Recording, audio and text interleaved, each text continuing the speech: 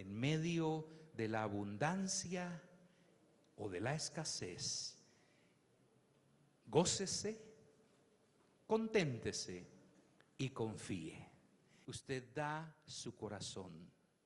Cuando usted diezma, cuando usted ofrenda, está demostrando que la primera persona en su corazón es Dios. Y que usted entonces, en un acto de adoración y con gratitud a Él, da de lo recibido de su mano. No damos dinero, damos el corazón. Pero además, participa económicamente en la predicación del Evangelio.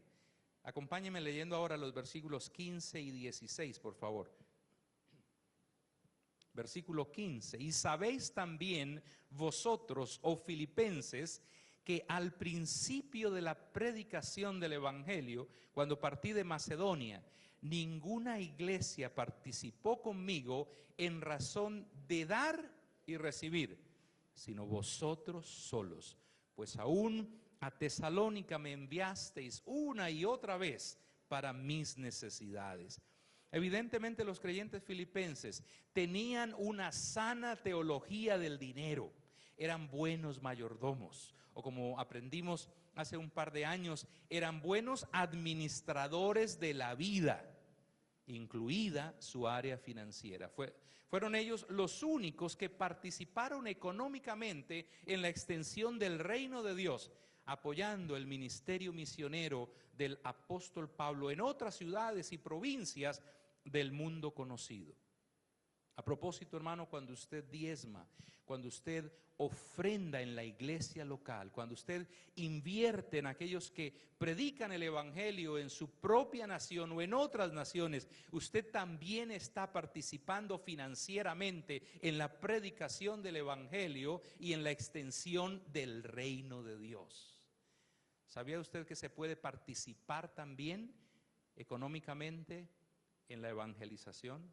Se puede y se debe participar orando, dando y yendo. Y todos ustedes tenemos la oportunidad de hacerlo.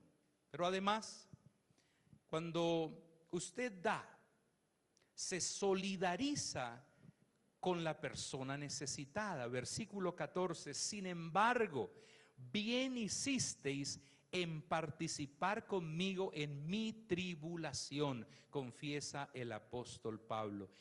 Bien hicisteis en participar conmigo en mi tribulación. El apóstol Pablo reconoce que la ayuda de los hermanos le llegó en un momento de tribulación. Fíjese, esa es la palabra que él utiliza aquí. Es una palabra muy descriptiva. Significa estar siendo oprimido por un peso en el pecho, de tal manera que la persona está a punto de ahogarse.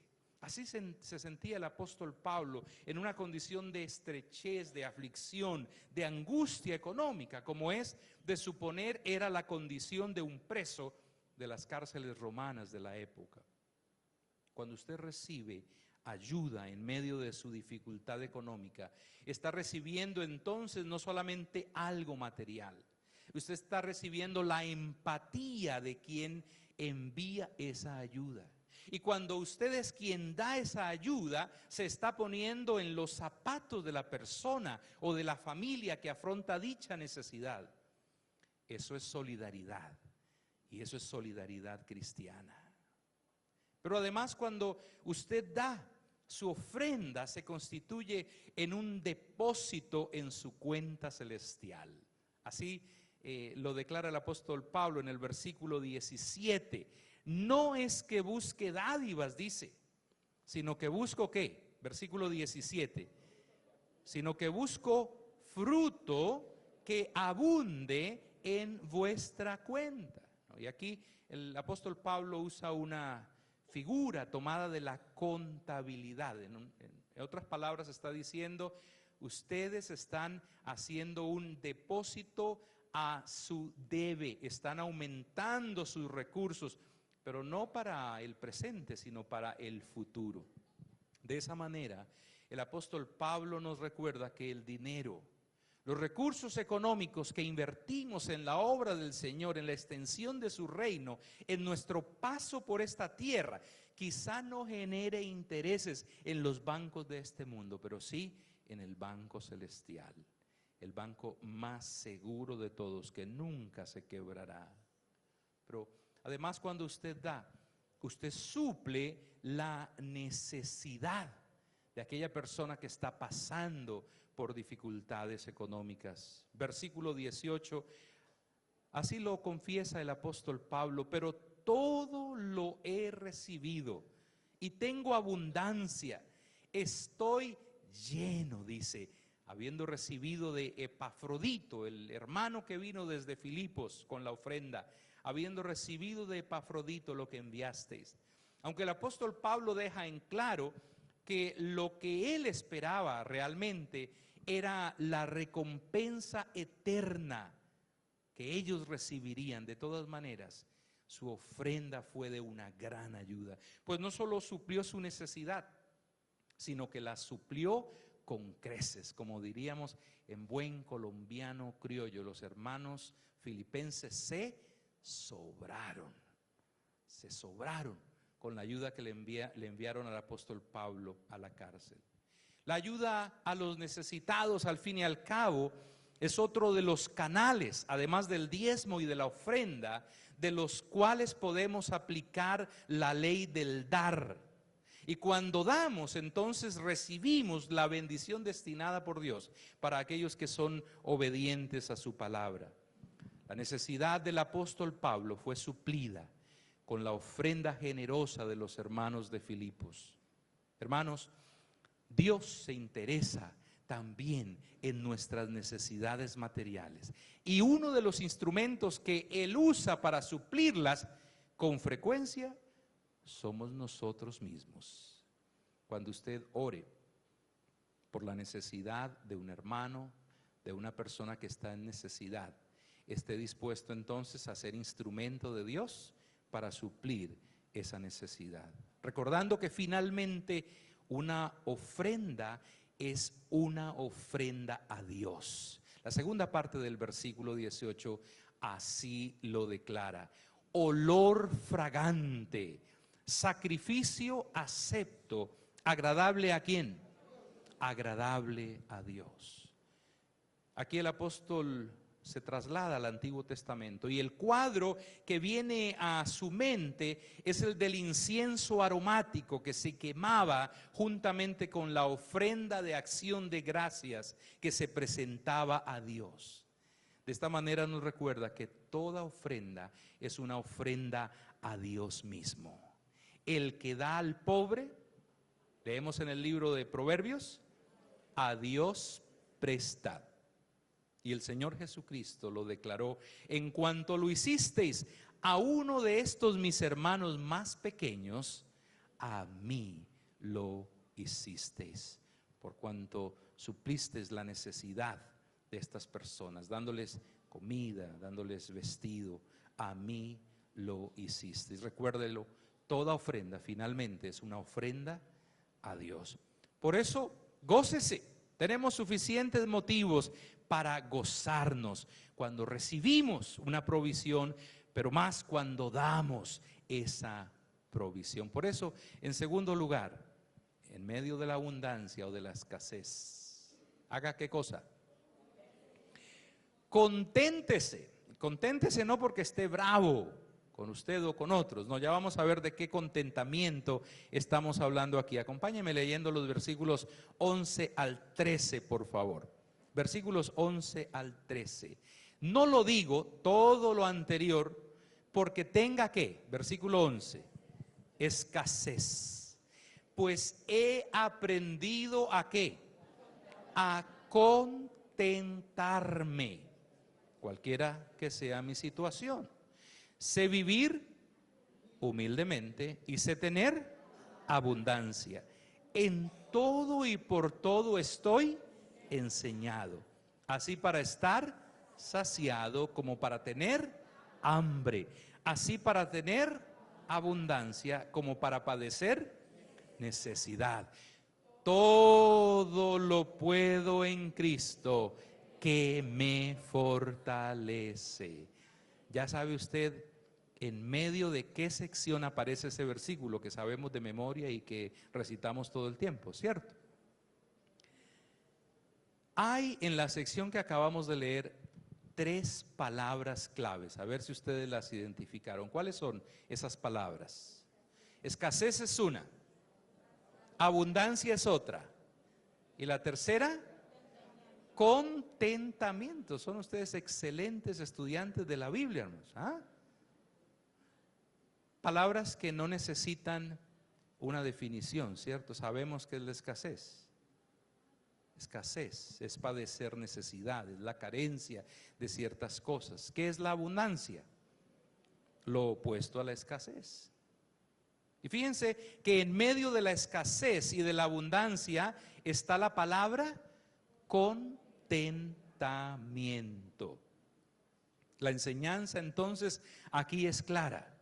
¿Cómo puede usted afrontar tanto la abundancia como la escasez? Con contentamiento. ¿Está pasando usted por un tiempo de vacas flacas? ¿Una situación de escasez? ¿Qué debe hacer? Conténtese.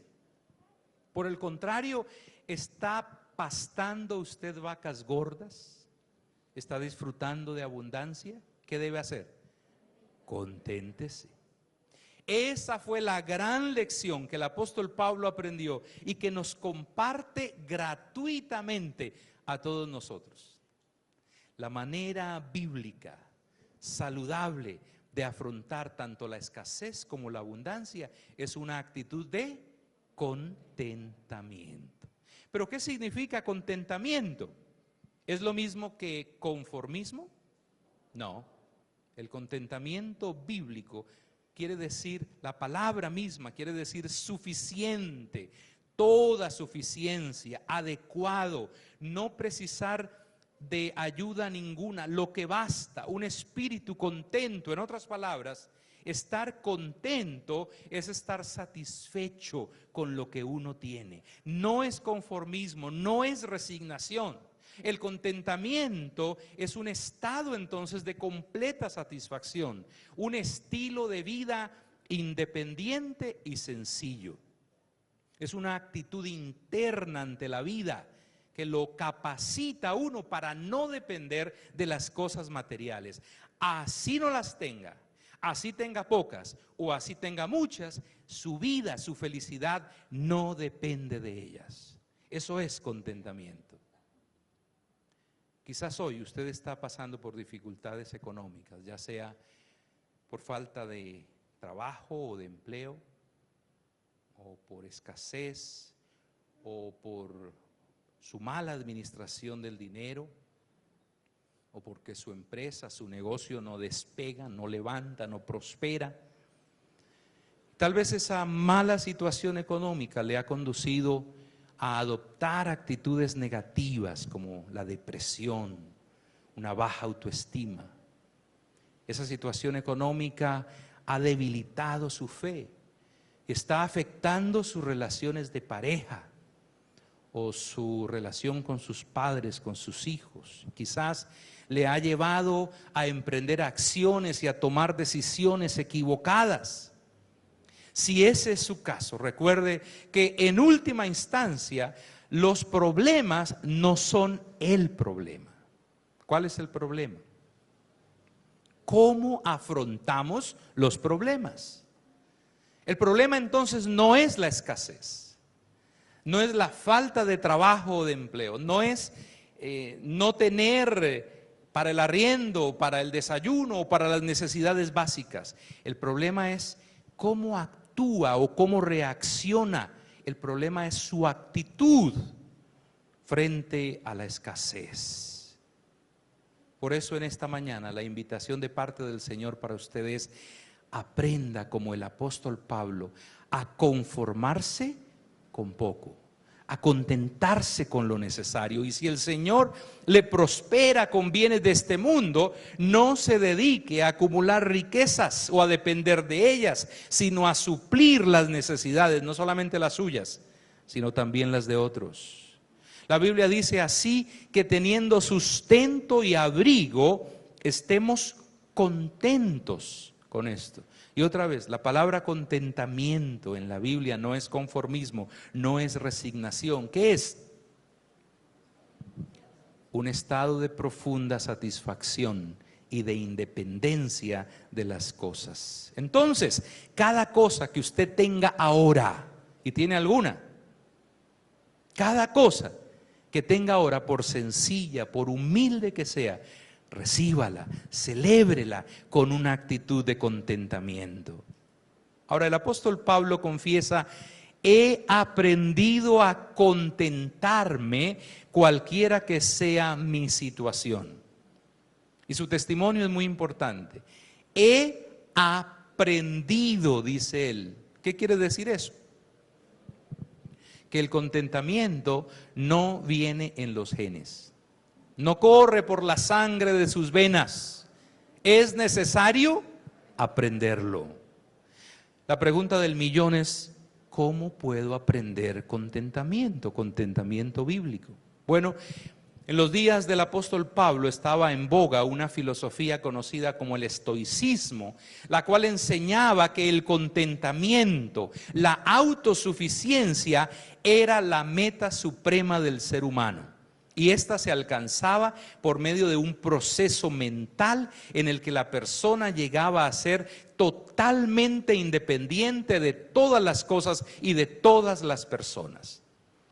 Los filósofos estoicos llegaban al extremo de enseñar: bueno, comience por ejemplo con una taza, rompa esa taza y aprenda a desprenderse emocionalmente de ella. Luego siga con una mascota, mate su mascota y aprenda entonces a no depender de ella. Y ya ustedes pueden imaginar lo que seguía. Para ellos eso era el contentamiento y la autosuficiencia que se alcanzaba por medio de la mente. ¿Tenían razón los estoicos antiguos y los modernos? Porque hoy también escuchamos teorías semejantes. ¿Es por el ejercicio mental y por la fuerza de voluntad que uno llega al contentamiento? No. La respuesta la encontramos en el versículo 13, que usted sabe bien de memoria. Todo lo puedo en Cristo que me fortalece. Todo lo puedo en Cristo que me fortalece. Para los estoicos el contentamiento era un logro humano, pero para nosotros los creyentes es un don divino. Los estoicos eran autosuficientes, pero nosotros los creyentes somos Dios suficientes, Cristo suficientes. El estoico decía: alcanzaré el contentamiento con mi propia voluntad, pero el creyente en Cristo dice: puedo estar contento en medio de la abundancia o de la escasez, porque es Cristo quien me fortalece. Cristo, hermanos, es su fortalecedor y el mío.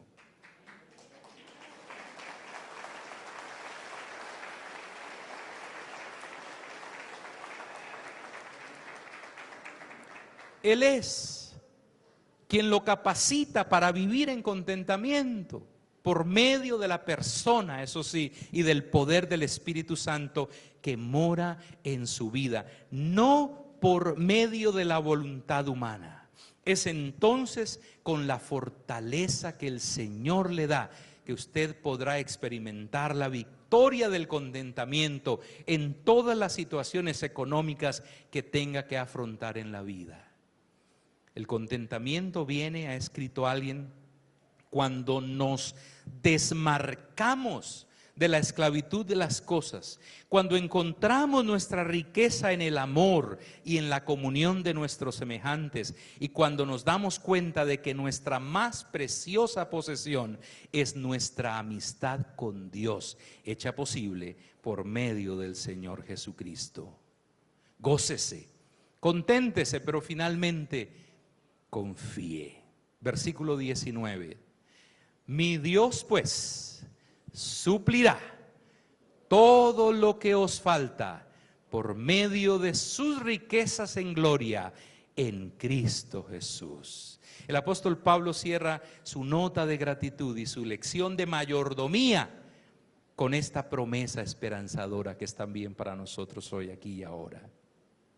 Mi Dios, dice, mi Dios, porque Dios es el proveedor. Para el apóstol Pablo estaba claro que si bien fueron los creyentes filipenses quienes le enviaron la ayuda para sus necesidades básicas, la fuente de esa provisión era Dios mismo. Entonces, de la misma manera que Dios ha suplido sus necesidades, suplirá las de todos sus hijos.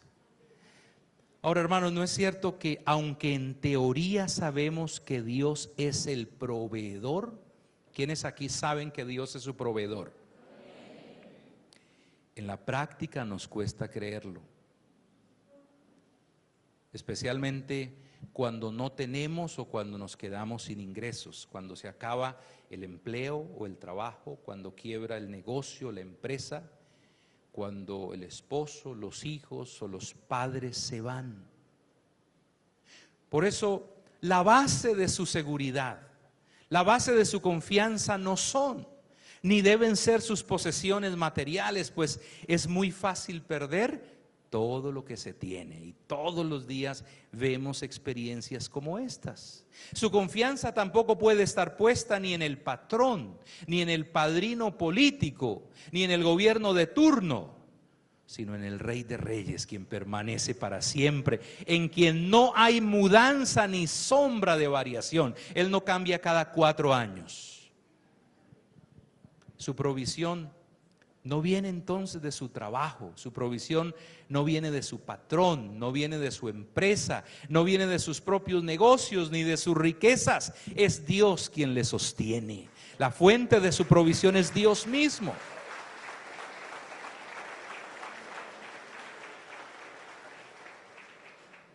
Todo y todos los demás son solo instrumentos, canales de provisión a través de los cuales el proveedor, que es Dios, suple las necesidades de sus hijos, también las suyas. Mi Dios suplirá todo lo que os falta. Y la palabra suplirá aquí es la misma que usa el apóstol Pablo en el versículo 18 cuando dice: estoy lleno. Porque suplir significa precisamente proveer, satisfacer, completar. Y la figura aquí es la de una red repleta de peces, como la de los discípulos en la bien llamada pesca milagrosa. Una red repleta. Mi Dios pues suplirá. Él suplirá de esa manera, hermanos. ¿Qué suplirá? Lo que os falta, dice. Lo que os falta. Y esta expresión en el original es una sola palabra, es la palabra necesidad. ¿Qué suplirá entonces el Señor? Su necesidad. Esto quiere decir que el Señor se ha comprometido con nosotros, sus hijos, a suplir nuestras necesidades verdaderas, no nuestros deseos, no nuestros caprichos. Él conoce nuestras verdaderas necesidades y las suple. Y así como alimenta a las aves y viste a los lirios del campo, también los sustentará a usted, dándole techo y abrigo. Por eso usted debe confiar en Él. Confiar en Dios implica estar agradecido por lo que Él le dio, por lo que Él le da y por lo que Él le dará. Porque confianza en Dios y gratitud a Dios van de la mano. Entonces aprenda a dar para las necesidades de otros también. Y no solamente en medio de su abundancia, sino también en medio de sus propias necesidades. Porque mi Dios suplirá su necesidad, ¿conforme a qué? A sus riquezas en gloria en Cristo Jesús. He aquí el contraste. ¿Cómo son nuestras necesidades?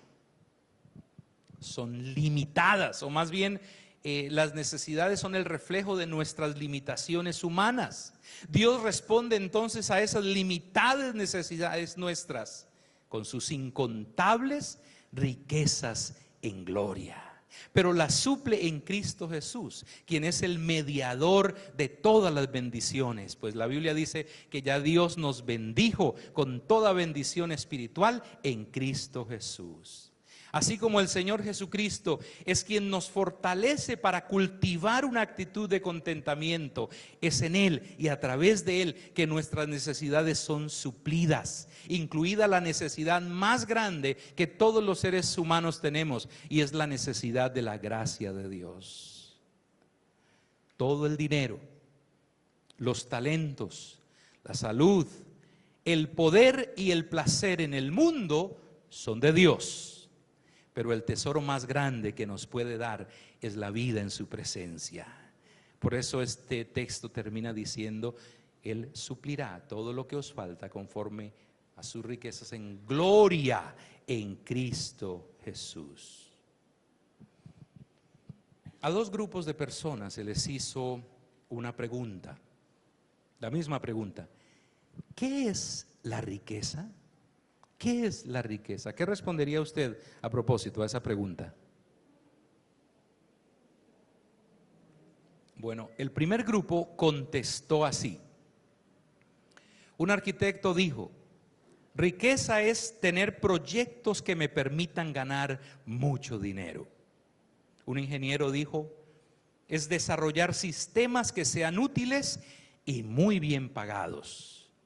El abogado dijo: riqueza es tener muchos casos que dejen buenas ganancias para poder tener un BMW.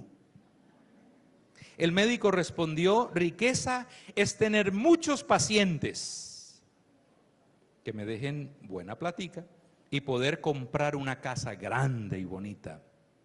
El gerente dijo: riqueza es tener la empresa en niveles de ganancia altos y crecientes. Un atleta contestó: riqueza es ganar fama y reconocimiento mundial para estar bien pagado. El segundo grupo contestó a la misma pregunta lo siguiente. Un preso con cadena perpetua dijo: riqueza para mí es caminar libre por las calles. Un ciego dijo: riqueza para mí es ver la luz del sol y la gente que quiero.